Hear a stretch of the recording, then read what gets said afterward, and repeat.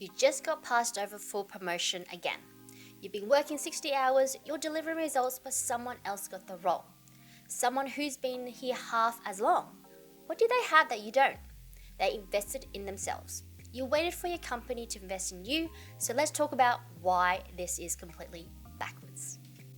Hey everyone, welcome back to the channel. If you're new here, my name is Teresa. I'm a leadership career coach based in Melbourne, Australia, and this channel is about helping you do great work and make sure it gets seen, because effort alone isn't enough. You need clarity, influence, and confidence. And if that sounds useful, make sure to subscribe to this channel for practical strategies you can use at work. Here's what nobody tells you. Your company will invest in you up to a point, and that point is where their needs end. They will train you on their systems. They will develop skills they need right now. They will support growth that serves their current goals. But your long-term career, your market value, your ability to handle bigger challenges, that's on you. Now, most people treat their career like a job. Show up, do a good work, wait for recognition. They expect their company to develop them, their boss to advocate for them, their organization to create opportunities. Then they wonder why they're stuck, why they're underpaid, why they're not ready when the big opportunity comes. Now, the mindset shift is simple, but is brutal here. Nobody is coming to develop you. That is your job.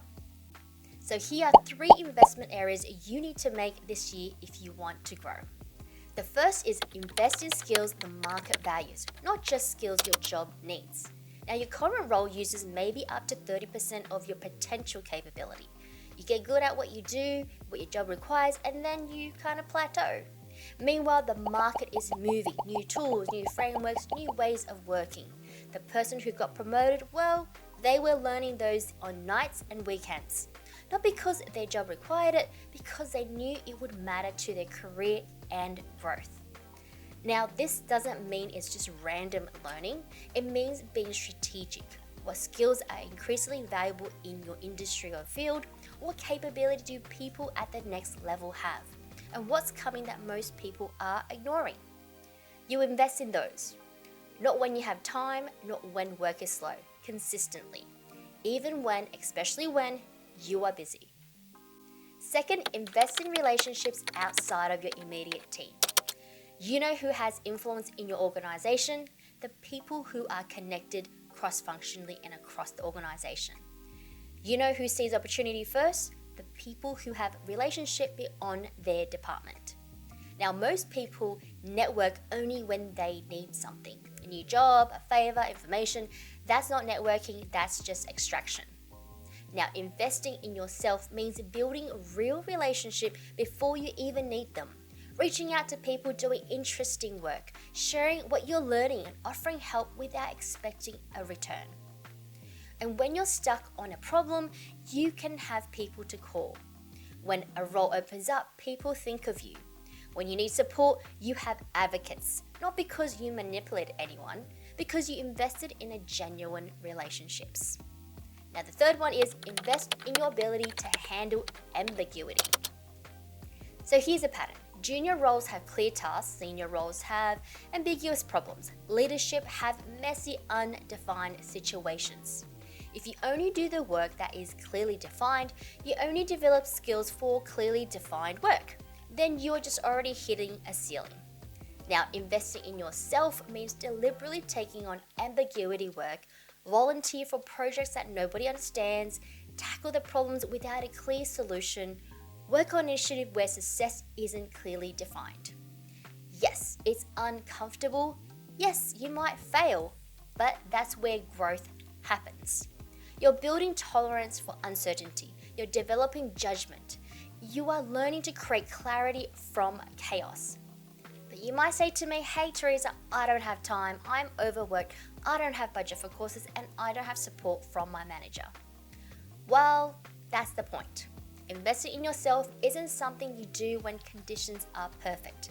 It's what you do despite the constraints. You don't need permission. You don't need budget. You don't need your boss's approval. Now, you can read during your commute.